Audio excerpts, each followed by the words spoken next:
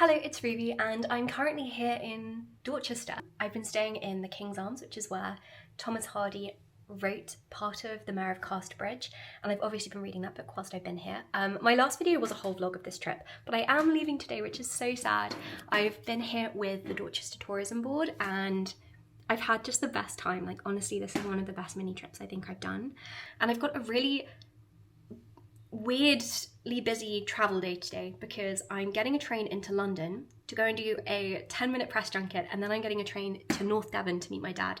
So quite a lot of trains and travelling, but I love a train, so I'm not complaining, and I'm really excited about the press junket and about Devon. I've just had the most wonderful breakfast with the lovely, just like incredibly lovely team who do tourism in Dorchester, and I feel very happy right now.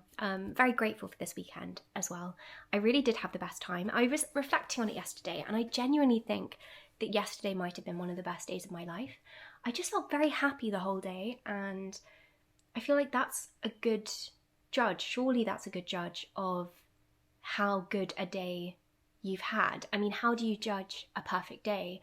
And surely it has to be based on happiness. Anyway, I'm going to pack up my stuff. There is like a stone circle which I'm going to visit before I leave, and then I'm getting a train down to London. This room is so nice. I actually cannot get over how lovely it is. So, as I say, on my way to the station, I went to the Moorbury Ring. So again, these do feature in the Mayor of Casterbridge. This is where Mr. Henchard meets with his wife. It's very impressive. Wow. And then, quite sadly, I waved goodbye to Dorchester. And as I say, I was going up for a press junket. This is for the new adaptation of Virginia Woolf's book, Night and Day. It's her least well-known novel, and I hadn't heard about it or read it before hearing about the film. But I love the book, and it's so funny. And the film is a story of intellectual curiosity because Catherine is really interested in astronomy, and she's trying to access education, which is very difficult when it's the early 1900s and you're a woman. And somehow, wonderfully, I was able to interview Hayley Bennett and Jack Whitehall, who star in this adaptation. So of course it's this wonderful story of like obsession, intellectual curiosity. Is there anything that you would really love to learn more about, like a topic that you're interested to learn more about? Yeah, this is really random. Metaphysics. Metaphysics. How to find peace. And also the kind of reining in of the absurdity of life. Does that sound incredibly dull? Okay. No, Because recently I was thinking like, okay, how do you find peace? And I feel like, okay, I've tried many things: therapy, healing, trauma healing, isolation, and then I was like, okay, do I need Buddhism? Do I need, like, what else is there? And then beyond religion is metaphysics. I'm glad he went first. I was going to say K-pop. K-pop! I would also like Which to know feels about reductive. K-pop. I just feel like that's part of culture, that I feel it's like just that's like a form of metaphysics. a form of metaphysics, maybe. It could be. I just don't know anything about it. And it K-pop. just feels like a real blind spot. And Yeah, it's yeah. like a glaring blind spot now. No, beyond. I was Blackpink. I was looking recently at K-pop haircuts. Were you? Like, yeah, I was like, I need a haircut. I want to cut my hair. Like, and I was like, K-pop pop Was that stars. the inspiration? Wow, That oh was my the gosh. inspiration Yeah, it is quite. of my haircut. Yeah. Oh That my and gosh. like 90s Leo and like So then with Is that what you're the going K-pop for? research, you're going to fully understand like Yes. significance. You're gonna be of like, Yeah, that. I would have got that. I would have come in straight away this life morning and makes said, sense when you have a K-pop Yeah. haircut. Skip the metaphysics and just go for the K-pop haircut.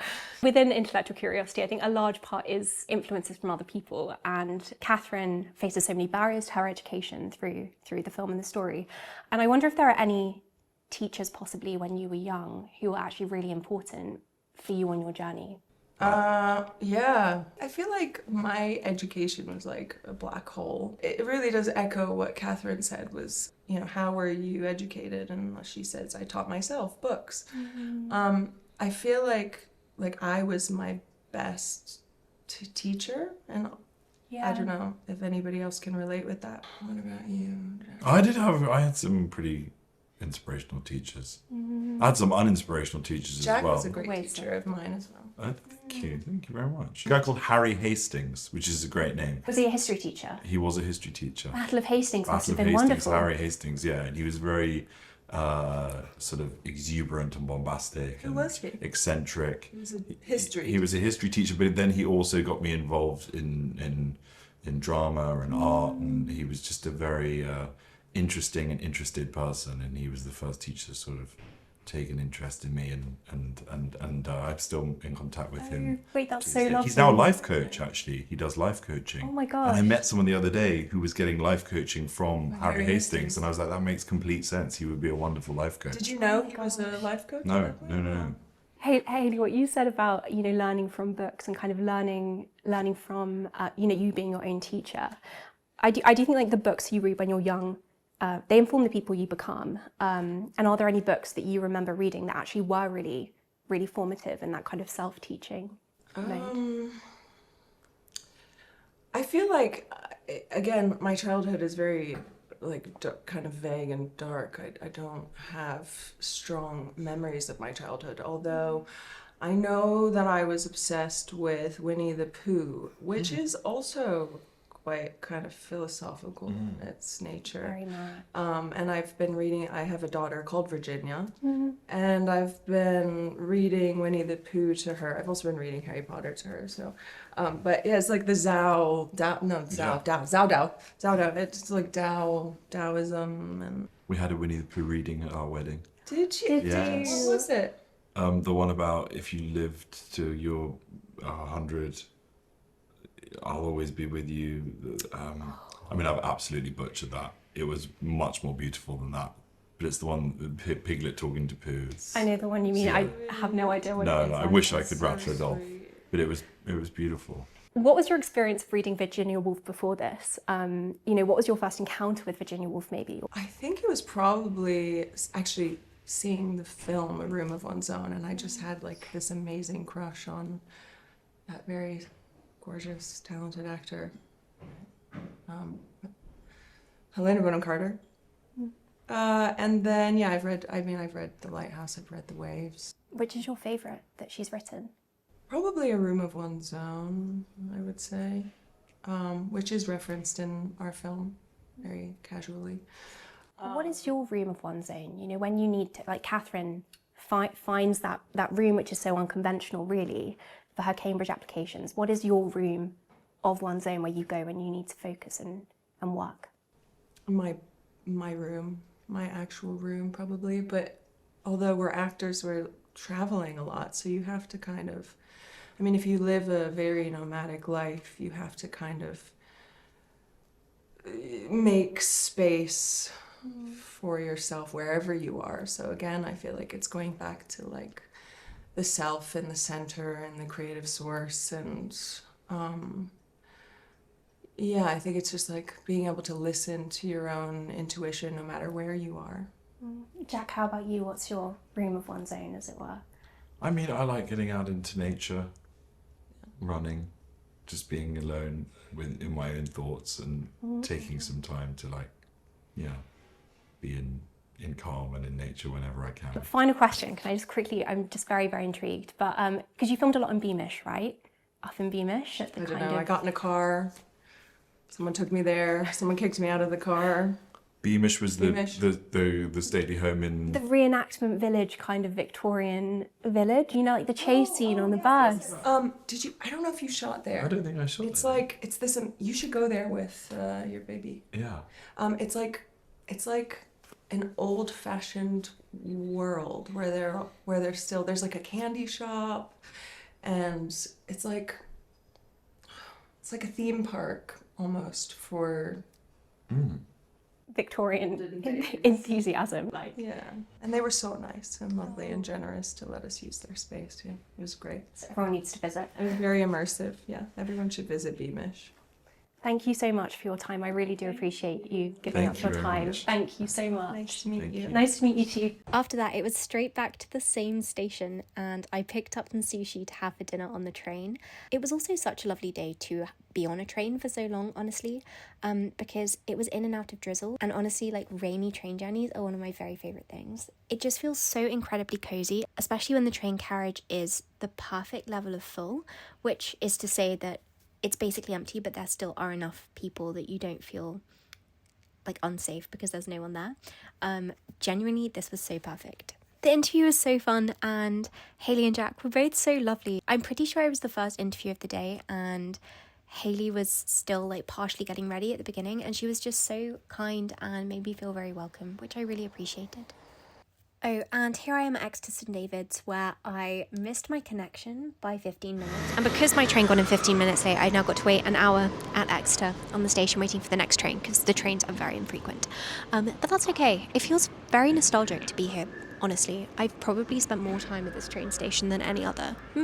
Maybe. No, probably my local train station. But I feel like this is the station that I'd always get to early. When I was a student, I'd come in like half an hour early, so I'd be waiting on this platform for like half an hour every week. So I know the station well. Feels nostalgic. I had a very good day. I still can't believe that I interviewed Hayley and Jack earlier. So bizarre. Also, Justine, who wrote the screenplay of Night and Day, she is so lovely and she printed this book. So one of the writers of the film, Justine Waddle, very kindly had these notebooks printed and they're replicas of the book which appears in the film. And then she very kindly asked Jack and Hayley to sign it, which is so lovely and so cool. And I'm very grateful for this as a memory of today. I was waiting at Exeter St David's station for an hour, but that was actually really quite good because it meant that I could get a full refund on my train ticket. And so I'm really not complaining. And I also got to do some journaling on the train, which was so much fun. I love journaling and reading on trains.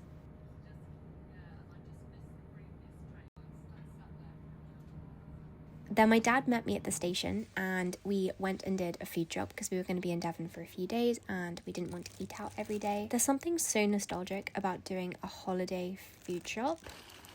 I don't know, I just really felt like I was 10 again doing this food shop. And then we very spontaneously went for Thai food, which was such a fun surprise. We just passed this Thai place and it looked really good and my dad suggested we go for it, so we did. And it was just a really lovely way to end a very nice day.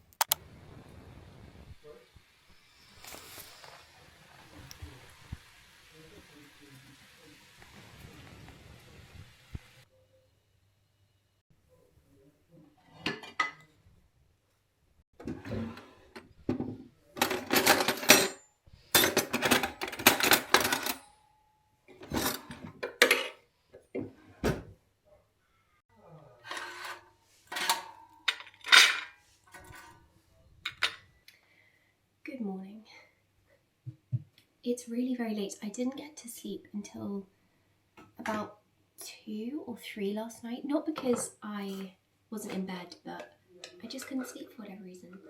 And then I woke up this morning and it's raining outside and it's so lovely and just feels so incredibly cozy. So I sat in bed and read for a little bit, which was beyond lovely. I'm now just making a coffee and I'm going to sit and have breakfast. And today we're going to go surfing, which I'm really excited for. It is quite chilly though. It's been so warm and then we've got down, it's really cold. And when I was packing for Devon, so my dad brought my stuff down, and you know when you pack in the heat and then you just can't envision the fact that it could possibly be cold. So this is the only jumper I bought. I didn't bring an actual proper jumper, which is really silly. So I'm probably gonna be quite cold after surfing, and I don't think I brought my dry robe either. I've got a dry robe for surf trips and I don't think I've got that either. Anyway, I'm gonna make a coffee.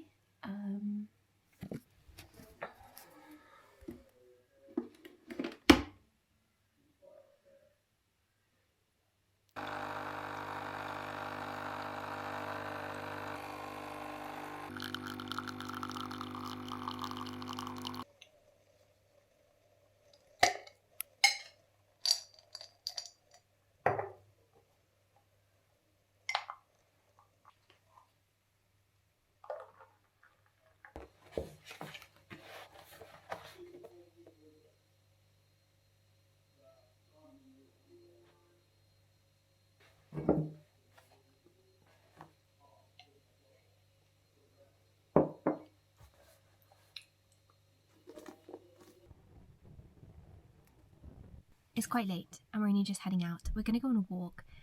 I was doing a bit of writing this morning and there was a load of admin I needed to do for pumpkin productivity actually, because our order for the planners is going through in a couple of days.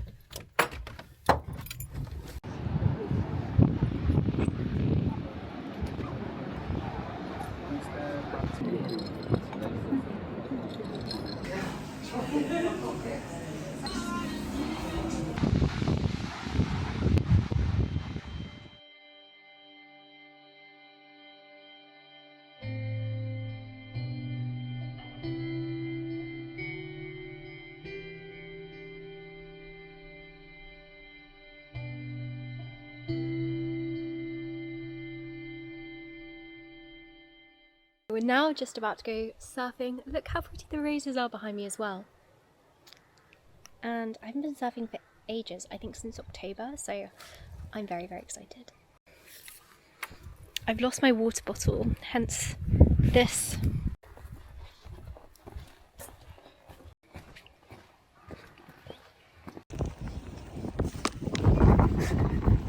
Okay, we're here at the beach now, ready to go surfing. I just bought this. It's a Sun Balm waterproof lip balm in coconut. Okay, it's good for when you're in the water because it's waterproof and then you don't get sunburnt lips. Oh, that's so nice. Wow, it tastes like coconut tea. Very coconutty.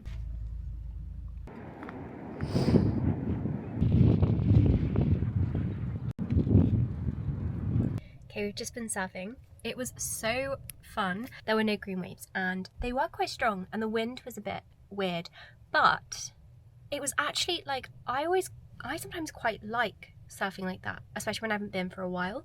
It's been maybe like 8-9 months since I last surfed and there are lots of waves that you can catch. So I was catching a lot of waves, which meant that I could practice like different techniquey things like popping up, which is where you're lying down and then in one movement, one jump, you get onto your feet as opposed to like slowly getting up.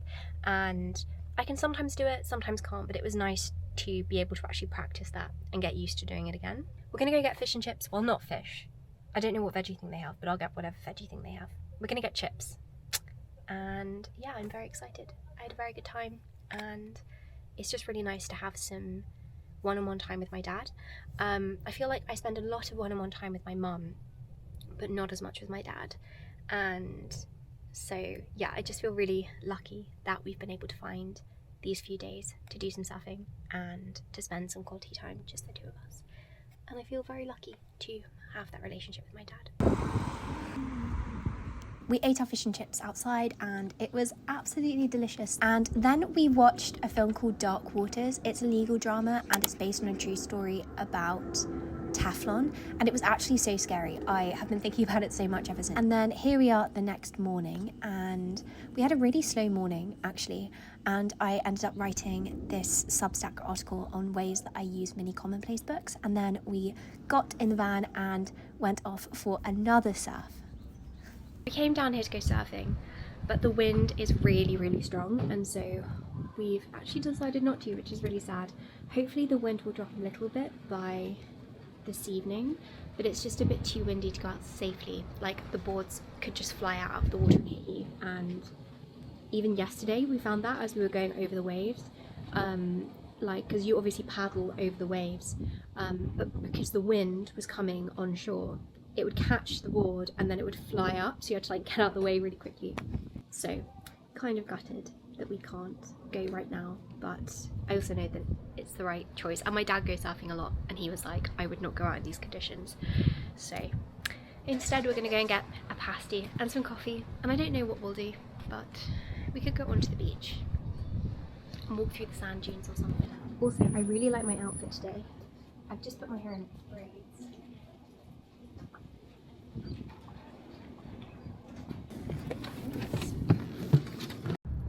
So rude.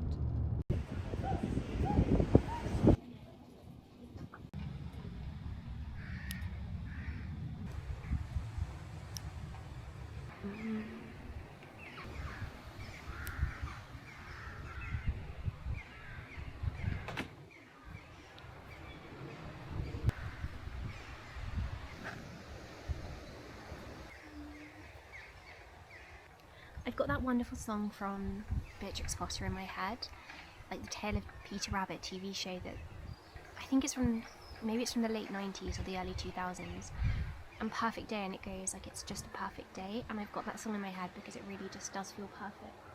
Like, we had rain this morning and it's now cool and windy, and the garden is just so vibrant. I'm not the biggest fan of summer. If I had to say a least favourite season, it would be summer.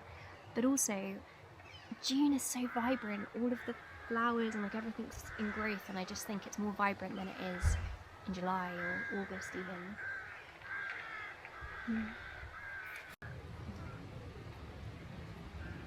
Just look at the roses.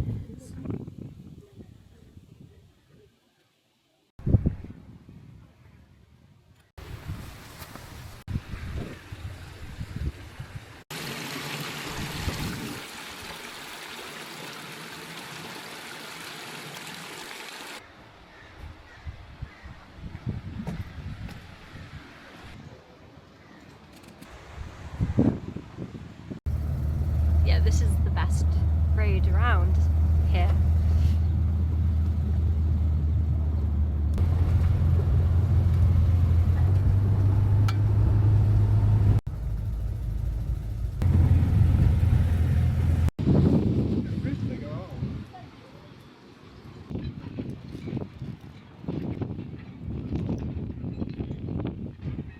It's so windy. We're here at Ilfracombe Harbour, and I love the sound of the boats in the wind, like the way they clink together. It's this wonderful, like, hollow music. It's so cold and so windy. I just can't feel I'm wearing short sleeves. Look at that! How beautiful is that? Oh my gosh! After that, we finally got to go surfing. Okay, take two. It's still quite windy. It's a bit less windy than it was though. Yeah, I think so.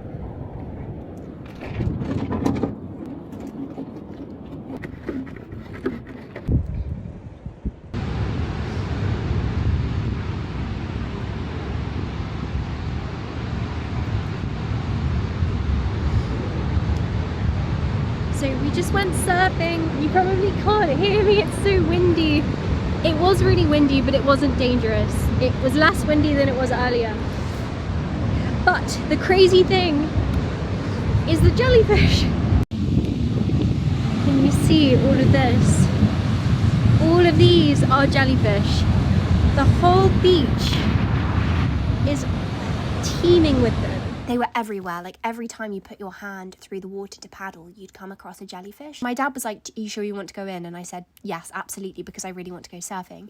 But I was quite alarmed by it. But afterwards, I looked into it. And even though moon jellyfish do sting, humans can't usually feel it. So it left a few bumps on our hands, but we weren't actually in any pain. How are you feeling after your surf? Good, very relaxed. How are you feeling after your surf, Rue? Feeling rejuvenated.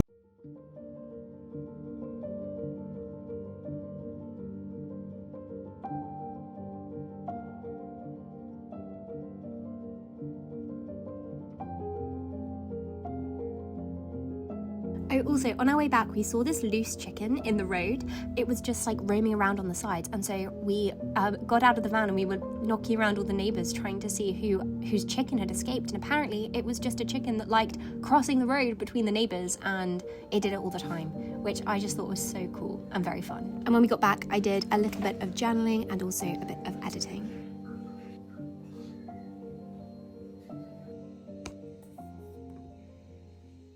I had a shower, and now I'm wearing all of the layers I have because it's still cold, and I'm lying under a sleeping bag on the sofa.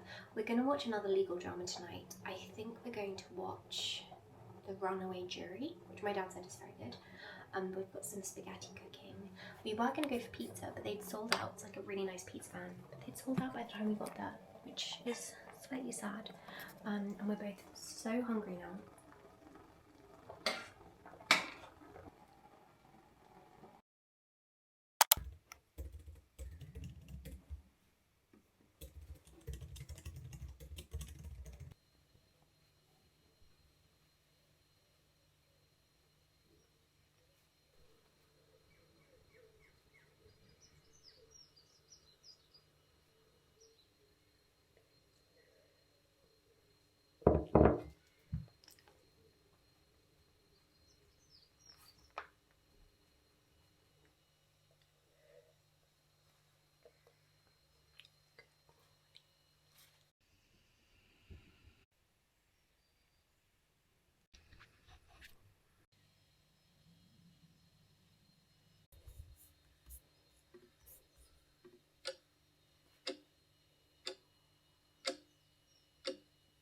I've just written the first draft of a new Agatha Armitage letter, and I've also done some more edits on the kind of Agatha Armitage video, short video that I'm filming.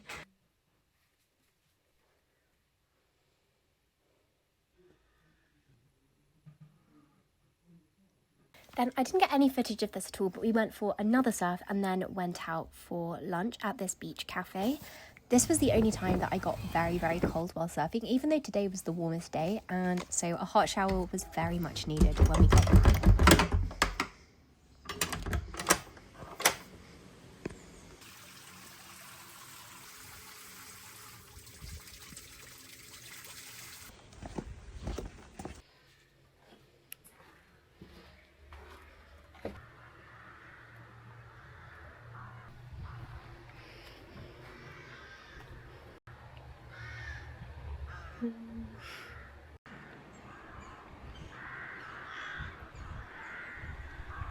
All of these birds are rooks. I love the sound. So there's like a squeaking coming from the church. We're leaving very, very soon. Well, in like 2 hours, I think. And it's just been the loveliest few days. Of course, we went for another surf today because the main reason we are here is to go surfing. And it was like, they were good waves, and it was actually fairly warm, like the air temperature was warm. But then, like, this was the only time that I got out and I was like, I am freezing cold. But it was still really fun, and I just think there's something so glorious about the feeling of the wind and the feeling of the water and just feeling so connected to the earth. And then afterwards we went for a lovely meal at a cafe, and there is something about eating after surfing, or eating after going in the water. It tastes different, and everything tastes better. And so I had a cauliflower burger, and it was very, very good. It's 6 o'clock, but I am having a coffee because it will take quite a long time to get home in the camper van. And you can hear the rooks, listen to the rooks. I love that they're just in the background. So thank you so much for watching this video, and I hope you have more than just a productive week.